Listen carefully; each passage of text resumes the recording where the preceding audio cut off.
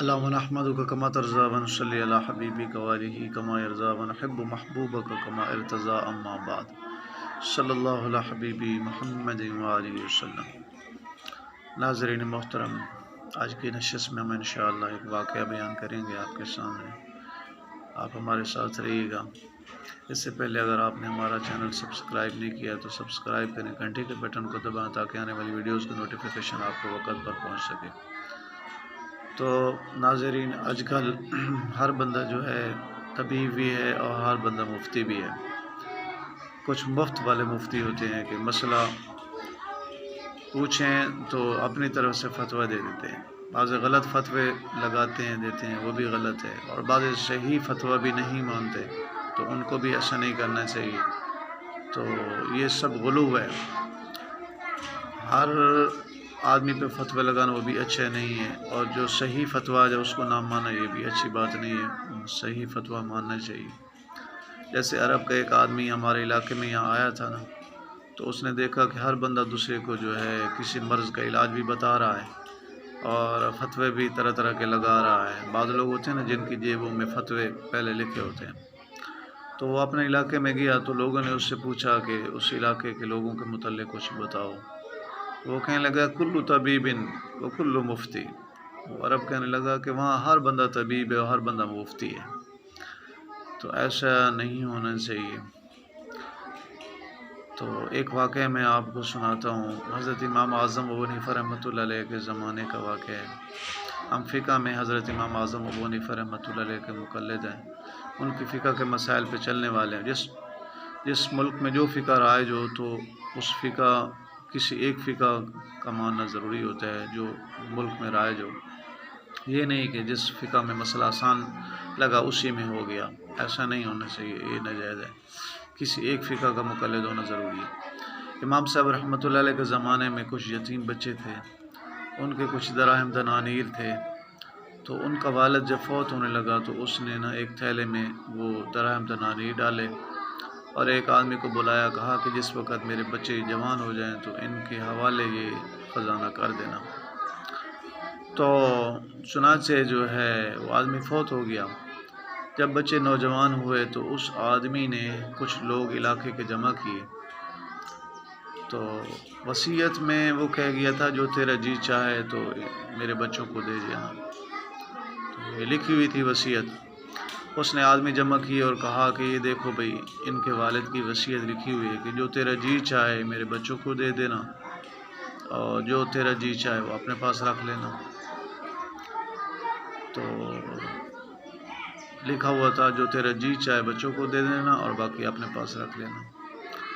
تو اس نے وصیت دکھا کے لوگوں کو کہا کہ دیکھو بھئی، میں نے ان کو تھیلا دے دیا ہے، دراہم دنانیر میں نے رکھ لی، کیونکہ وصیت لکھی ہوئی تھی جو تیرا جی چاہے ان کو دے دینا۔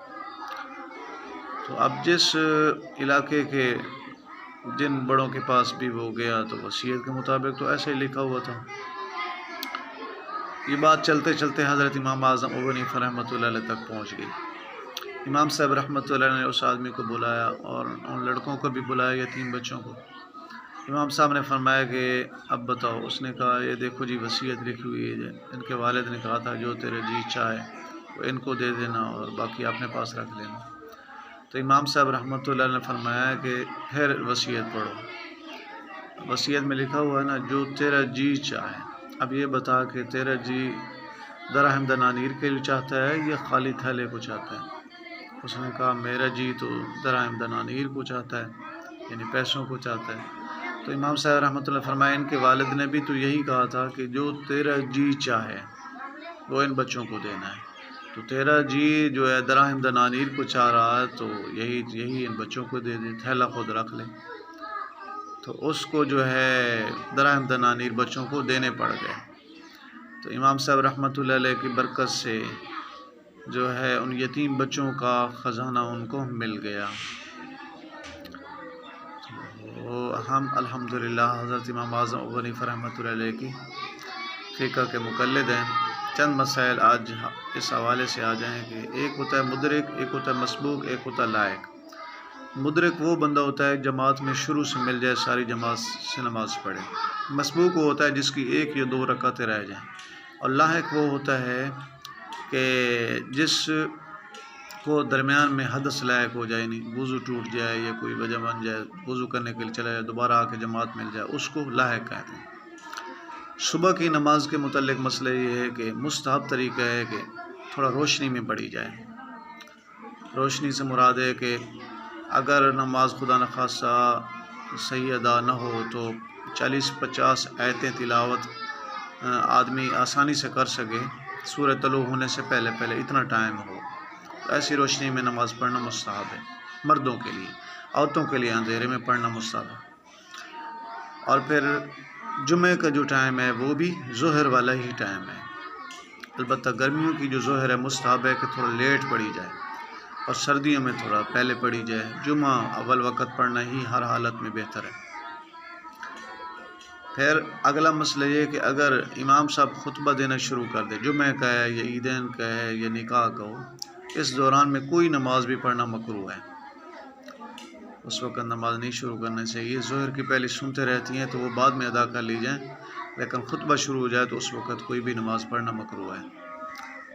اور آخری مسئلہ ایک آج کی نشست کا یہ ہے کہ اگر امام صاحب نماز پڑھانے کے لیے آ رہا ہے تو اس وقت کوئی بھی نماز نہ پڑھی جائے، پہلے جماعت میں آدمی مل جائے۔ ہاں اگر صبح کی سنتیں نہیں پڑھی تو اگر یہ امید ہو کہ میں اتحیات تک نماز میں مل جاؤں گا تو وہ ضرور سنتیں صبح کی پڑھ لینی چاہیے۔ ہاں اگر یہ امید ہو کہ اگر میں سنتا شروع کروں گا تو جماعت چلی جائے گی، سلام پھر جائے گا، تو وہ بندہ جماعت میں پہلے مل جائے۔ اگر اتحیات میں بھی مل جانے کی امید ہو تو صبح کی سنتیں بندہ ضرور پہلے پڑھ لے۔ اللہ تعالیٰ میرا آپ کا حامی و ناصر ہو۔ مزید ویڈیوز کے لیے آپ ہمارا چینل سبسکرائب کریں، گھنٹی کے بٹن کو دبائیں تاکہ آنے والی ویڈیوز کا نوٹیفیکیشن آپ کو وقت پر پہنچ سکے۔ السلام علیکم ورحمۃ اللہ وبرکاتہ۔